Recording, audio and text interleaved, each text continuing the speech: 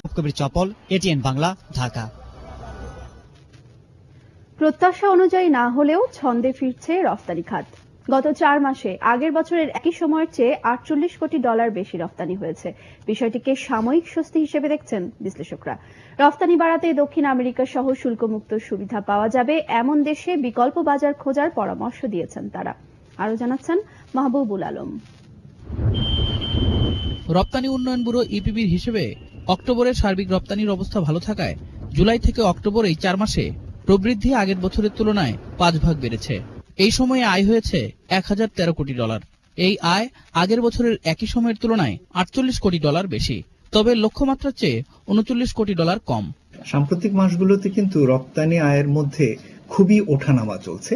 তো তার ভিতরেও 21% প্রবৃদ্ধি একটা সাময়িক স্বস্তি দিতে পারে, কিন্তু দীর্ঘমেয়াদী স্বস্তির জায়গা নেই যতক্ষণ পর্যন্ত না এই প্রবৃদ্ধির ধারাটি 2% ডাবল ডিজিটে কনসিস্টেন্টলি মাসের পর মাস না থাকবে। সাম্প্রতিক সময়ে পোশাক খাতে প্রতি মাসে প্রবৃদ্ধি মাত্র 4 ভাগ।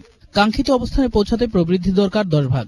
রপ্তানি আয়ের সিংহভাগের যোগান দেয়া পোশাক খাতের সবচেয়ে বড় বাজার ইউরোপ ও আমেরিকায় নেতিবাচক প্রবৃদ্ধি আর নতুন কর্মসংস্থান সৃষ্টি না হওয়ায় পোশাক সহ বিভিন্ন পণ্যের চাহিদা ক্রমেই কমছে। সাম্প্রতিক মাসগুলোর পোশাক রপ্তানির বাজার বিশ্লেষণে এমন তথ্য উঠে আসে।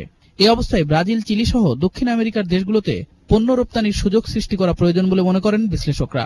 এই উচ্চ প্রবৃদ্ধির ধারাটি হয়তো আগামী মাসগুলোতে নাও অব্যাহত থাকতে পারে। বৈশ্বিক পর্যায়ে নিম্ন আয়ের মানুষের যে পণ্যের চাহিদা তার এক ধরনের শ্লথ প্রবৃদ্ধি হচ্ছে। নতুন বাজারগুলোর দিকে আমাদের আরো বেশি নজর দেওয়া দরকার আগামীতে। জিডিপি যে অ্যাক্সেস আমরা পাই, দেখবেন যে ল্যাটিন আমেরিকায় আমাদের বিরাট বড় একটা মার্কেট আছে, সেখানে আমরা ঢুকতে পারবো। ইউরোপ আমেরিকায় যখন শীত, সেখানে তখন গরম।